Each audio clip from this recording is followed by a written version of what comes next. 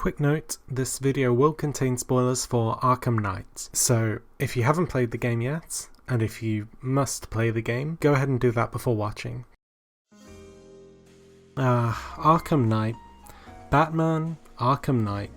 It is certainly a game.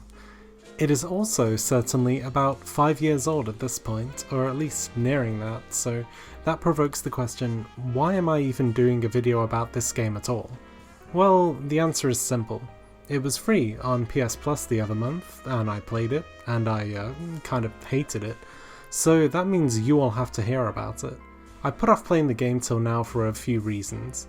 Upon its release, I hadn't really paid attention to the series, I didn't really like where City was taking the games, and I passed on Origins after its mediocre reception. In the following years, Knight was always a game I'd look at in the shops after having run out of things to play, and I'd just kind of think, maybe, and then just end up not touching it at all. So, thank goodness for PS Plus, I suppose, for offering up games I've dithered about for years, completely for free, and effectively solving this procrastination. Plus, Death Stranding wasn't out for a month and I needed something to fill in the gap. It's too bad then that Arkham Knight ends up creating more gaps than it fills. That makes sense, right?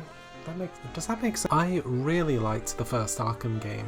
I wasn't really a fan of Batman before I played it, but I found myself becoming more and more fond of the character the more I played through. I'd always liked the sleuthy detective types, and until I played Arkham Asylum, I'd never really appreciated that side of Batman. I feel like previous to that point, so many depictions of the character in popular culture focused on either the cartoony 60s slapstick Adam West Batman, or this like really gritty dark gothic guy that just punches thugs in the face. I'd never really seen the more cerebral side to the character before Asylum came out, though admittedly that is probably my fault.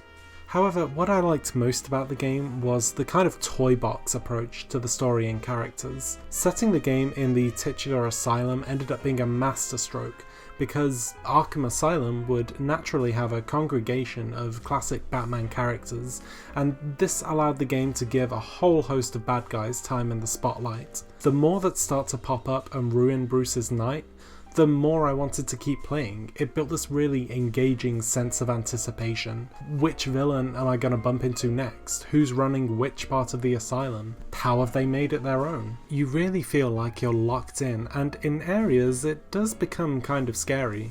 The tight corridors and sharp corners make you feel like there's always something waiting to jump out at you, and certain areas almost have like a Resident Evil feel to them. It's miles away from your standard bright, colourful and extroverted superhero experience, and that makes Arkham Asylum far more interesting as a superhero game compared to almost anything that had come before it. I went into the game not really expecting anything huge, especially not that I'd become more interested in the subject matter, but I came out pretty pleasantly surprised. Was I a Batman convert? I wouldn't really say that, but it did get me a bit more curious about the character and his world. By the way, your homework for today is to read Batman the Long Halloween, because that story is just so good. Now, I didn't dislike Arkham City exactly, but it did feel like a step away from what I'd liked so much about the first game. Now, you're in an open world with plenty of room to maneuver and evade. It's a world away from the tight corridors of the asylum, where a new supervillain or a new danger could be waiting around any corner. The feeling of being locked in is what gave Asylum the strong survival horror sense that made it so gripping, and with that missing, City just felt like what you'd expect your standard Batman experience to be.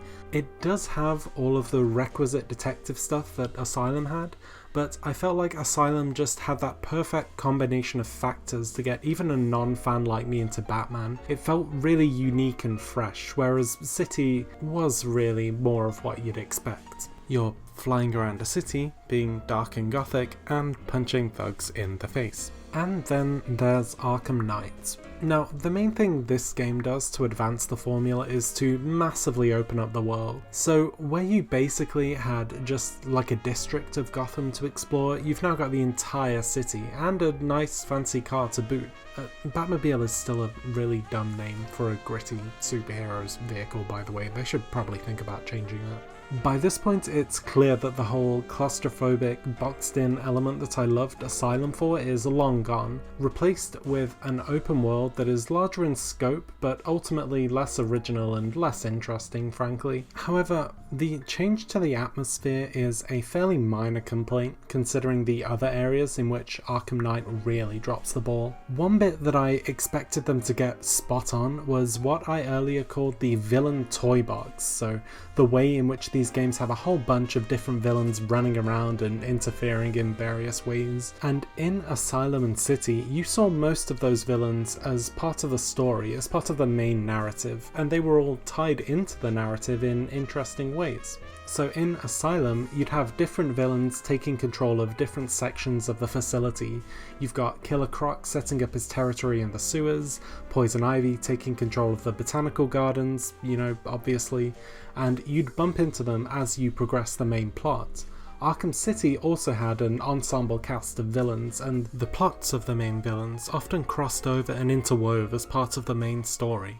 You didn't know just who you were going to be thrown into battle against next, and it kept things tense and fun. In Arkham Knight, however, only Scarecrow, Poison Ivy, the eponymous Arkham Knight, and this sort of Joker brain hallucination make any sort of impact on the plot. You bump into the Penguin and Harley Quinn along the way, but they only stick around for maybe a mission or so before either being subdued or just kind of running off. At least they popped in to say hi, right? From the start of the game, you're out to stop Scarecrow from flooding Gotham with his potent fear toxin, and the plot doesn't really take many twists or turns from there. You find out who the Arkham Knight is and why he's teaming up with Scarecrow, but other than that, it's pretty much a straight line from start to finish, and maybe with one or two curves. I don't know if this is what the writers actually did, but it feels like they plotted out a story that specifically included the two central villains, and then they realized that people would kind of expect more villains in there, and that they knew that they had to fit Batman's rogues gallery into the game somehow. But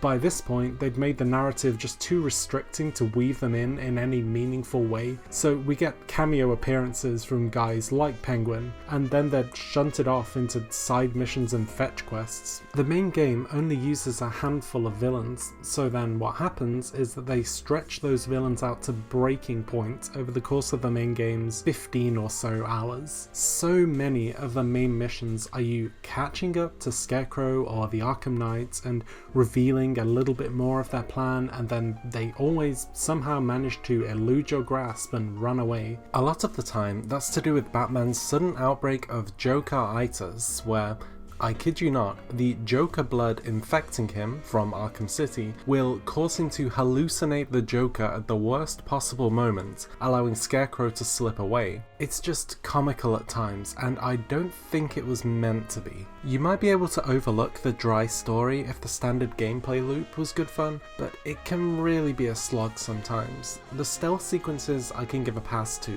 though they've only really been tweaked rather than overhauled since the series' first iteration. The enemy AI and the tools at their disposal are a lot more advanced, which aids in the immersion and truly does make you feel like you're being hunted down by professionals. Batman also has a couple of new tools at his disposal. There's a voice synthesizer that lets you lure enemies away and into traps using the voice of their current boss, but it doesn't take too long before enemies wise up to it and it just becomes useless. You've also got the Fear Multi-Takedown, a kind of cool super move that lets you take out a cluster of enemies in quick succession, but it requires a standard silent takedown to recharge, which is fair enough considering how powerful it is.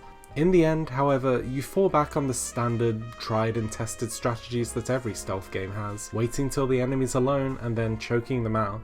Maybe I was looking for a bit too much considering this is an Arkham game and has to adhere to some sort of formula, but I'd have liked a few more tools to play around with. I wish I could give such a fair review to the timing-based combat, which is some of the most frustrating combat I've experienced in a recent game. Combat was always one of the most satisfying elements of the Arkham games, but from even a few hours into this one, fighting becomes a chore. The game introduces various different enemy types, many of which have to be dealt with in very specific ways, or you risk losing your combo or taking heavy damage as a result. There are about 6 different enemy types that you can't just deal with however you want. You have to completely break your flow and thinking mid-combat and remember the specific tool you're supposed to hit them with to open them up for more attacks. This is usually fine in a game like Devil May Cry, where enemies that aren't just sandbags can be evaded and approached using a variety of methods. But in a game like this, which is so based on flow and rhythmic attacks in combat, it can make fights feel really staccato. The Batmobile segments are similarly monotonous, which is especially glaring as they make up a huge portion of the game. I don't actually have a lot to say about these because the bulk of them is essentially avoid sightlines and shoot tanks with your strongest weapon until they explode. As in the free flow combat, the enemy types change and encourage different approaches, but the player doesn't gain any options in the same way, so you end up feeling like you're being boxed in to play the game in a really linear way, whereas what you really want is a toolbox to get creative with. The only extra stuff you get for the Batmobile is to do with a special meter that builds up after you've, well, shot enough tanks. This meter allows you to fire missiles, hack and convert enemy drones, or release an EMP blast that temporarily disables everything nearby.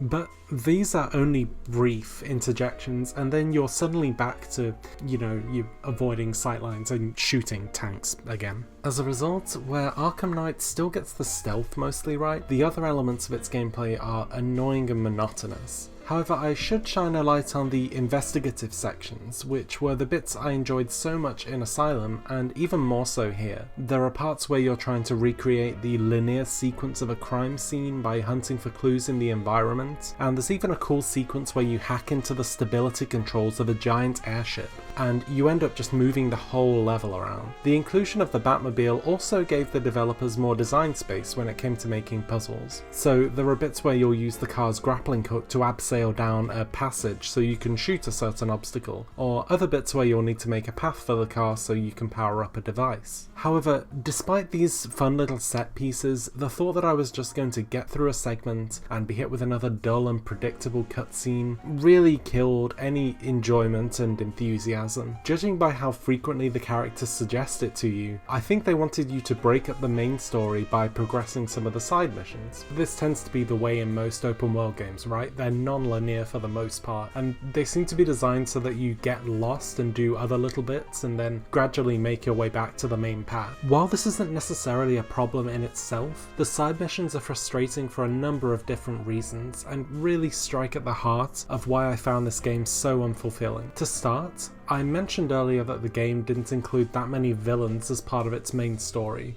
While this was disappointing, in theory it shouldn't be a total disaster, right? One of the main reasons for playing a Batman game is to hunt down the bright and colourful villains and bring them to justice, so I was willing to overlook the villains' brief appearances in the main narrative if I still got to continue their stories elsewhere. The problem is that the villains' side missions are incredibly dry and unimaginative. Most of them are multi-part quests where you'll fulfill several segments of the mission, and then you have a big showdown with the main bad guy, whether it's like Penguin, Two-Face, or whoever. Unfortunately, what they ultimately amount to is you just doing the same exact thing multiple times, and then you have just a big encounter at the end that's something different. One of them involves travelling around the entire city and trying to listen out to this opera music so that you can locate 6 corpses, and then you scan each corpse to locate identifying marks. So that's the same mission, the same basic experience stretched out over 6 different locations around the game's entire map. I did reluctantly do this mission with the help of a guide because I was quite interested in the villain, but I couldn't help but just feel like I've been taken for a ride in the end. Just looking on the mission screen and seeing missions with 5, 6 or 20 part segments